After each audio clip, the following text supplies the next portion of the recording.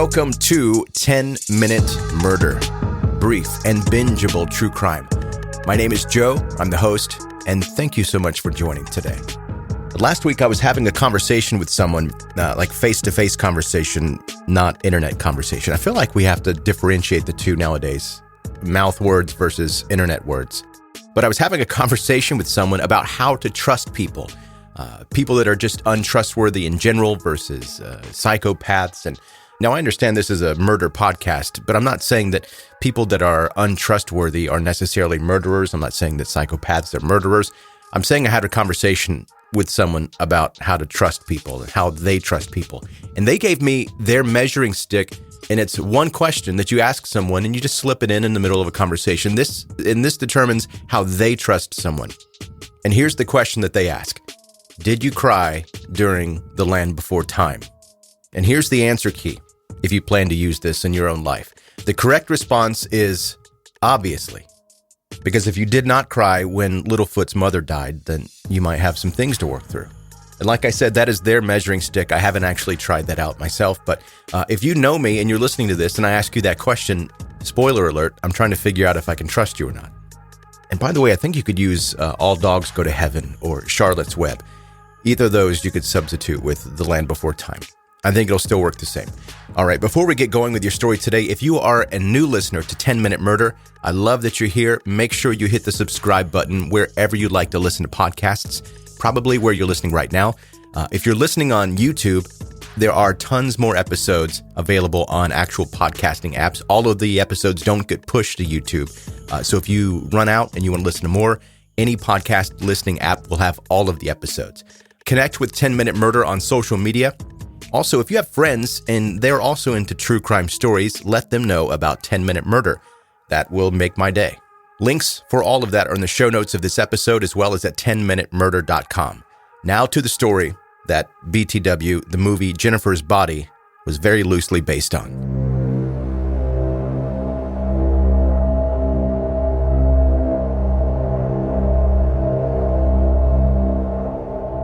For people who have lost someone to violent crime or seen a loved one become someone they didn't recognize, it's easier to cope with horrific turns of events when there's something else to blame. Violent video games making perfectly normal teenagers into killers. Pornography turning a loving husband into a sex-addicted serial killer. After Elyse Pahler was brutally murdered, her parents searched for a reason why her killers had taken her life. And they believed that they found it in thrash metal music, and specifically by the popular band Slayer. Elyse Pahler grew up in California, in a sleepy town with very little crime. In so many ways, she was the perfect picture of an American dream, spending time with her younger siblings, going to church, and making her parents proud. When Elyse became a teenager, things started to change. She got in with the wrong crowd, who quickly introduced her to drugs and alcohol, and she developed a substance abuse problem because of that. After she was caught smoking marijuana at school, her parents sent her to a drug rehabilitation center. While Elyse was in rehab, she met a boy named Jacob Delashmut, and I feel like I'm saying that name wrong, but we're going to go with it. Jacob was the same age as she was, 15. He introduced Elyse to two of his friends, Royce Casey and Joseph Fiorella. They'd attended the same high school as Elyse, but had previously been expelled for their substance abuse and behavior. Jacob, Royce, and Joseph were close friends, and they spent a lot of time together. Joseph was the ringleader of the group, and he was a strong-willed teenager, the driving force behind a lot of the decisions that they made, and they had a lot of the same interests, Joseph's interests. And he had a strong interest in the occult and Satanism, and he also loved heavy metal music. He had the idea that the three teenagers should create a metal band together, inspired by his favorite metal band, Slayer. Jacob and Royce agreed with Joseph's plan, and they formed a band. They named the band Hatred, which, side note, is a pretty solid name for a heavy metal music band. However, like many of the metal bands created by three edgy teenagers, Hatred did not see a lot of musical success. But Joseph was ambitious. He wanted to make it big. Instead of more practice or changing their style, Joseph had a more extreme idea to catapult their band into success which originated from his obsession with Satanism. If they wanted hatred to take off, Joseph believed that they needed to make a sacrifice to the devil. And when it came to sacrifices, all the information Joseph read seemed to point to one thing. The best kind of sacrifice was a virgin. When Joseph proposed the idea to his friends, they weren't convinced. It seemed crazy to them, but as time passed and hatred was still flopping, they began to come around.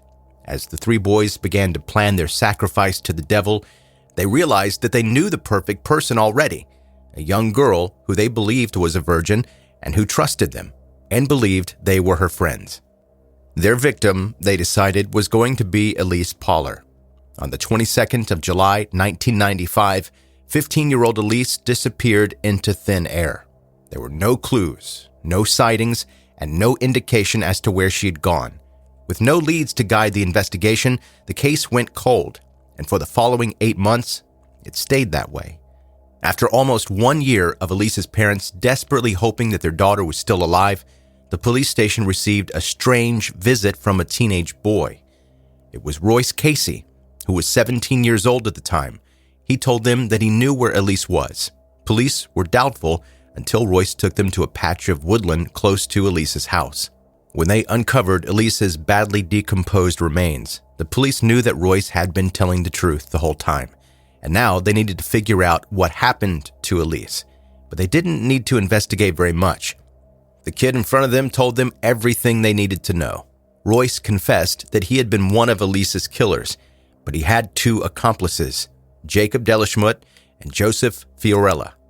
It turned out that the night Elyse died had not been the first time the three boys had attempted to kill her. In fact, they had invited Elyse to hang out with them on an earlier occasion, planning to kill her then. But when things didn't go the way they thought they should, the three boys decided that they would complete their sacrifice at a later date. Elyse's death was planned down to every detail. It was the ultimate premeditated killing, a murder that had been meticulously planned out to guarantee that the sacrifice would be successful. As Royce told the officers what had happened on the night Elyse disappeared, they were finally able to piece together the series of events that had led to the young girl simply vanishing without a trace. That night, on the 22nd of July, Royce had called Elyse on the phone to invite her to hang out and smoke pot with him. This was not unusual for Elyse to do, who was used to sneaking out away from her family to do drugs and drink. She accepted the invitation and met up with Royce, Jacob, and Joseph later that evening. Elyse's evening went from normal to terrifying in a matter of seconds, when Royce restrained her by holding her arms down, and Joseph buckled a belt tightly around her neck until she lost consciousness. Once the three boys saw that Elyse was unconscious, they stabbed her repeatedly, which explained the total of 12 stab wounds that were found on Elyse's body during her autopsy. Tragically, her autopsy also found that neither the strangulation with the belt or the stab wounds were immediately fatal. Elyse's cause of death was eventual blood loss, which might have taken minutes or even up to hours to occur. Before leaving Elyse in the woods, the boys sexually assaulted her. In the days and weeks that followed, they returned to the woods on multiple occasions to commit necrophilia with Elyse's corpse. These acts were so horrific that it seemed bizarre for Royce to suddenly admit to them, coming clean out of nowhere. Royce explained that his desire to confess to the crime was because he had recently discovered Christianity after he stopped being friends with Joseph and Jacob. He believed that Joseph and Jacob were dangerous and very likely to kill again, and that he was scared of becoming one of their victims. Strangely, despite his change of heart, he also seemed afraid that he himself would kill again. When police arrested Jacob and Joseph, they were shocked to find that the two boys did not share Royce's remorse about the crime. Not only did Royce's accomplices not regret killing Elyse, they were open to the idea of committing another murder as a sacrifice to the devil. All three boys were sentenced to life in prison, which they did not contest.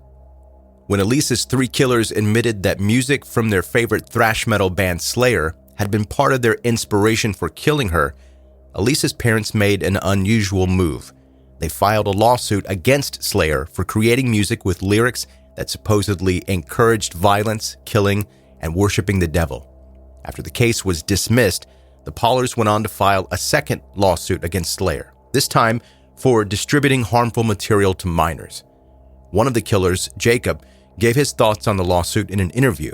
He said, quote, "The music is destructive, but that's not why Elyse was murdered.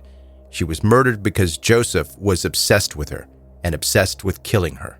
It seemed that Jacob's thoughts were shared by the judge, who dismissed Elyse's parents' case against Slayer. The judge explained the reasoning behind dismissing the case, saying, quote, "There's not a legal position that could be taken that would make Slayer responsible for Elyse's death. Where do you draw the line? You might as well start looking through the library at every book on the shelf."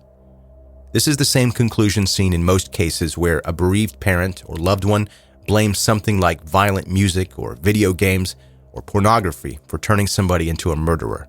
It's easier to blame a violent death on an object or piece of media than believing that a person could truly be evil enough to take another person's life. But in Elyse's case, there is no doubting that the three boys knew exactly what they were doing. They planned her killing on their own and carried it out without remorse. There are plenty of people who consume violent or questionable content and hundreds of thousands of death metal fans across the world, but most of these people don't go on planning and executing murder on an innocent teenage girl.